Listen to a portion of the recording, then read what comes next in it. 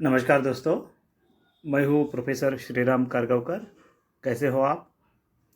तो दोस्तों, अभी FY BSc कंप्यूटर साइंस के बैकलॉग के एग्ज़ाम, सभी बैकलॉग के एग्ज़ाम अभी शुरू होने वाले हैं। तो मेरा अपना जो सब्जेक्ट है statistics, FY BSc computer science को जो स्टैटिस्टिक्स सब्जेक्ट है, तो उसके इम्पॉर्टेंट क्वेश्चन जो कि बहुत ज़रूरी है इस कंडीशन में सभी बैकलॉग के बच्चों के लिए, तो वो मैं अभी आपको देने वाला हूँ। तो इन क्वेश्चंस को आप अच्छे से कीजिए और हो सकता है आपको अच्छा बेनिफिट इसका मिले। कोई भी टीचर ये नहीं बता सकता है कि कौन से क्वेश्चंस आएंगे, पर हाँ, अपने अनुभव के आधार पर वो आपको ज़रूर हेल्प कर सकते हैं। तो मेरा भी अनुभव रहा है, पिछले 15 साल से मैं इस फील्ड में हूँ और जो मुझे लगते हैं कि ये क्वेश्चन आ सकते हो मैं आपको बताऊंगा। आप पूरे विश्वास के साथ कीजिए और आपको ज़रूर फ़ायदा होगा। तो सबसे पहले ये वीडियो में मैं CPDTH यानी कि continuous probability distribution and testing of hypothesis, ये जो पेपर 2 है second same, first year second same का जो पेपर है CPDTH का, उसके IMP क्वेश्चंस मैं आपको बताने जा रहा हूँ। वीडियो थोड़ा सा लंबा हो सकता है, पर आपको अगर बेनिफिट चाहिए तो आपको आखिरी तक देखना पड़ेगा। अगर आप ऊपर ऊपर से देखते हो तो इसका कोई मतलब नहीं है। ओके, तो अभी लेफ्ट कर दीजिए आपको, क्योंकि अगर वीडियो देखते हो तो इसका फ़ायदा होने वाला है। अगर पूरा नहीं देखना हो तो लेफ्ट कर सकते हो, अपना समय बर्बाद ना करें प्लीज़। तो सबसे पहला यूनिट जो है वो है स्टैंडर्ड कंटिन्यूस प्रोबेबिलिटी डिस्ट्रीब्यूशंस। तो आपको याद रखना है, इसके अंदर में 4 डिस्ट्रीब्यूशंस है। तो वो डिस्ट्रीब्यूशन कौन से डिस्ट्रीब्यूशन है? यूनिफॉर्म डिस्ट्रीब्यूशन है, एक्सपोनेंशियल डिस्ट्रीब्यूशन है, नॉर्मल डिस्ट्रीब्यूशन है और पैरेटो डिस्ट्रीब्यूशन है। ओके, तो सबसे पहले क्या करना है, एक ट्रिक मैं आपको बताऊंगा। ये चारों डिस्ट्रीब्यूशन के आपको डेफिनेशन लिख के लीजिए। डेफिनेशन यानी कि PDF क्या है, उसके मीन और वेरिएंस क्या है, और उनके एप्लीकेशंस, कम से कम 2 एप्लीकेशन आपको याद रहनी चाहिए। मैं रिपीट करता हूँ, uniform distribution, exponential distribution, normal distribution और पैरेटो डिस्ट्रीब्यूशन, इन सभी को आप स्मार्ट वर्क कीजिए। आप कंपैरेटिवली स्टडी कीजिए, वन टू वन मत कीजिए, कंपैरेटिवली कीजिए, पैकेज के हिसाब से कीजिए, है ना। तो आप एक पैकेज कंसिडर कीजिए कि इन सभी डिस्ट्रीब्यूशंस का आपको डेफिनेशन करना है, PDF करना है, और उसका मीन और वेरिएंस को याद रखना है, और 2 एप्लीकेशन लिखना है। अब इसके आगे जाके कुछ ऐसे डिस्ट्रीब्यूशन है जो बहुत ज़्यादा इंपॉर्टेंट है, उन पे फोकस करो। आपने बेसिक कर लिया, मीन, मीडियन, मोड, फार्मूला सब कर लिया, 2 एप्लीकेशन कर लिया, ठीक है। अब इसके आगे जाके 2 डिस्ट्रीब्यूशन को आप जो मैं आपको अभी बता रहा हूँ उनको आप 100% कीजिए। सबसे पहले नॉर्मल डिस्ट्रीब्यूशन जो है, नॉर्मल डिस्ट्रीब्यूशन के प्रॉपर्टीज आप करके रखिए, ठीक है। 6 प्रॉपर्टीज आप करके रखिए, या फिर कम से कम 4 प्रॉपर्टी आप लर्न करके रखिए। और उसके जो कंप्यूटेशन ऑफ प्रोबेबिलिटी वाला जो है कि हम प्रोबेबिलिटी कैसे कैलकुलेट करते हैं using the standard table, standard normal table, जो टेबल आता है नॉर्मल इंटीग्रल टेबल, वो तो कम से कम 2-4 ऐसे क्वेश्चंस आप करके रखिए नॉर्मल डिस्ट्रीब्यूशन के, अलग अलग टाइप के, ठीक है। तो डेफिनेटली आपको या तो नॉर्मल डिस्ट्रीब्यूशन के प्रॉपर्टी पूछेंगे, या फिर उसके वो जो क्वेश्चंस है using the normal integral table, वो आपको आ सकते हैं। टेबल आपको एग्जाम में मिल जाएगा, कैलकुलेटर आप लेके जा सकते हो, तो या फिर दोनों भी पूछे जा सकते हैं। फिर एक्सपोनेंशियल डिस्ट्रीब्यूशन का हर बार मैंने ये ऑब्जर्व किया, मेरा एक्सपीरियंस है कि एक्सपोनेंशियल डिस्ट्रीब्यूशन की या तो डेफिनेशन आती है या फिर उसके ऊपर न्यूमेरिकल एग्जांपल, या दोनों भी।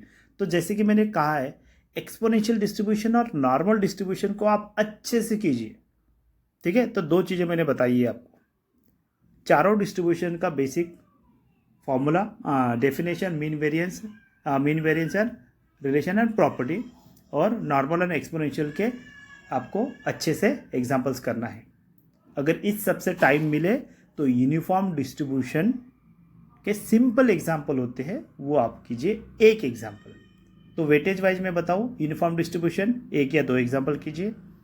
एक्सपोनेंशियल डिस्ट्रीब्यूशन के आप 2 एग्जांपल ढंग से कीजिए अच्छे से, अलग अलग टाइप के। नॉर्मल डिस्ट्रीब्यूशन के 4 एग्जांपल कीजिए, ठीक है। तो अच्छे से देख के जाइए डिफरेंट टाइप के, और बाकी डेफिनेशन, मीन, वेरिएंस, वो बेसिक जो है सबका कीजिए। चलो, तो ये जो PDF है इसके अंदर में प्रैक्टिस के लिए आपको काफ़ी सारे एग्जांपल है। तो पहले 4 एग्जांपल आपको बहुत ज़्यादा इंपॉर्टेंट है। ओके, 1 2 3 4। ओके, इसके बाद मैं आता हूँ सेकेंड यूनिट के ऊपर। सेकेंड यूनिट जो है कंप्लीटली डेफिनेशंस है। ये एक तीसरा और चौथा जो यूनिट है उसके लिए जो लगने वाले हैं टर्मिनोलॉजी, कंसेप्ट, उसका यूनिट है ये। तो इसमें आप सारे, अगर पॉसिबल है तो सारे डेफिनेशन कर लीजिए, क्योंकि अदल बदल करके, पलट पलट के ये सभी डेफिनेशन पूछे जाते हैं, ठीक है। तो सारे डेफिनेशन, तो मैं कोई एक वीडियो बनाऊंगा जिसमें ये कंसेप्ट मैं एक्सप्लेन करूंगा, पर फिलहाल के लिए आप ये डेफिनेशन आप लर्न करके रखिए, जिसमें पॉपुलेशन क्या होता है, स्टैटिस्टिक क्या होता है, अल्टरनेटिव हाइपोथेसिस। अगर इसमें इंपॉर्टेंट अगर आपको देना है तो ठीक है, कोई बात नहीं। तो पॉपुलेशन कीजिए, सैंपल कीजिए, पैरामीटर क्या होता है, फिर हाइपोथेसिस क्या होता है, नल हाइपोथेसिस, अल्टरनेटिव हाइपोथेसिस क्या होता है, लेवल ऑफ सिग्निफिकेंस, और टाइप 1 एंड टाइप 2 एरर जो मैंने अभी बोला है। इनमें से ये तो सभी इंपॉर्टेंट है, पर फिर भी अगर किसी स्टूडेंट के पास समय कम है तो फिर मैंने जितना बोला है वो आप कर सकते हो, ठीक है। उसके बाद आते हम parametric test and non parametric test. तो पैरामीट्रिक टेस्ट जो है उसमें इसमें अभी टोटल जो है 16 टेस्ट है, दोनों यूनिट मिला के, यूनिट 3 एंड यूनिट 4 मिला के। तो अभी देखो दोस्तों, ये बहुत ही इम्पोर्टेंट पार्ट है पैरामीट्रिक। अगर आप पैरामीट्रिक टेस्ट अगर छोड़ दोगे तो आप पास हो ही नहीं सकते, ठीक है। तो आपको इम्पोर्टेंट टेस्ट आपको करना ही है। ओके, तो इसकी मैं टेक्निक आपको बताऊंगा, एक अलग से वीडियो बनाऊंगा। पर एक बात ध्यान में रखिए, मैंने जितने बोले 14 या 15 जो है वीडियो इसमें टेस्ट है, जो मैंने ऑलरेडी मेरा अपना जो यूट्यूब चैनल है, वो यूट्यूब चैनल पे मैंने हर एक टेस्ट के ऊपर डिटेल में बनाया हुआ है, ठीक है, डिटेल्ड में बनाया हुआ है। तो आप वो टेस्ट वाइज आप जाकर देखिए, टेस्ट वाइज आपको वहाँ पे सारे वीडियोस मिलेंगे, ठीक है। तो आप वो वीडियो को ज़रूर देखिए, अगर देखोगे तो फ़ायदा होगा। अगर आप पढ़ाई यानी कि कोई जादू की छड़ी नहीं है कि जो घुमा दिया और आपके हो गया, आपको गाइडेंस की ज़रूरत है। वो गाइडेंस मैंने प्रोवाइड किया हुआ है वो चैनल के ऊपर, ठीक है। तो बहुत से लोगों को बेनिफिट हुआ है, अगर आप करते हो आपको भी हो जाएगा। तो पैरामीट्रिक टेस्ट के अंदर में large sample test for single population mean है, large sample test for equality of 2 population means है, सिंगल पॉपुलेशन प्रोपोर्शन और इक्वालिटी ऑफ 2 पॉपुलेशन प्रोपोर्शन है। 4 लार्ज सैंपल टेस्ट है। फिर टी टेस्ट के ऊपर भी कुछ टेस्ट है, single t test for single population mean, t test for equality of 2 population mean, ठीक है, और पेरिटी टेस्ट। इतने तो आप करके रखिए 6। इसके बाद काई-स्क्वायर टेस्ट आता है। काई-स्क्वायर टेस्ट में वो भी इम्पॉर्टेंट है। काई-स्क्वायर टेस्ट में आप इंडिपेंडेंस ऑफ एट्रीब्यूट वाला जो है वो करके रखिए।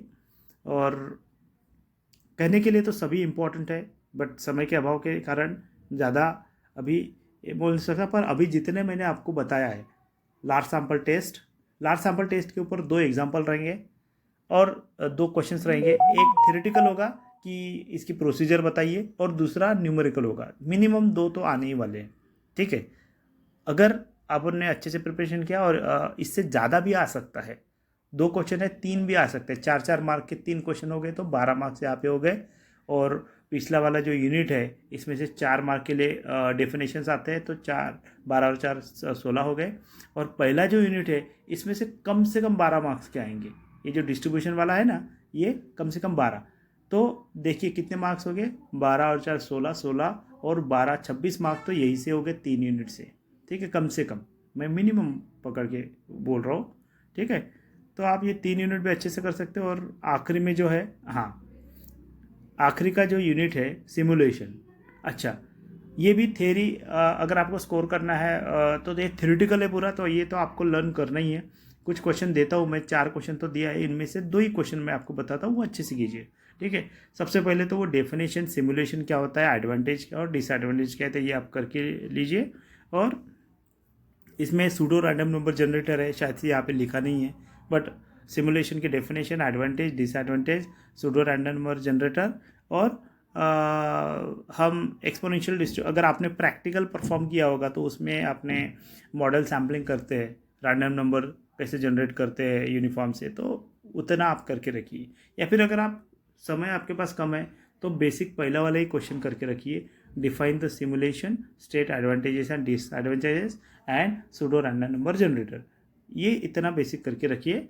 आप कम से कम इतने पढ़ाई के ऊपर आप कम से कम आपको 30 मार्क का अटेम्प्ट कर सकते हो। अगर आपने अच्छे से पढ़ाई किया और इन्हीं को अच्छे से प्रिपेयर किया तो आपको पासिंग मार्क मिल ही जाएगा, ठीक है।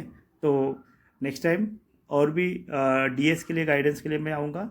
और हाँ, आपको एंड तक देखना है और तभी आपको इसका फ़ायदा मिल पाएगा। अभी मैं डीएस के क्वेश्चंस के भी आपको इम्पोर्टेंट देने वाला हूँ, और बाकी के सब्जेक्ट्स के भी मेरे पास इंपॉर्टेंट है, वो भी डिस्कस करूँगा, जैसे कि इलेक्ट्रॉनिक्स है, मैथ्स है, कंप्यूटर है, उनके भी मैं शेयर करूँगा। ओके, तो अभी के लिए इतना ही। मैं आऊँगा नेक्स्ट वीडियो के साथ DS1 के लिए। Okay, thank you, good day and happy good day and all the best for your exam.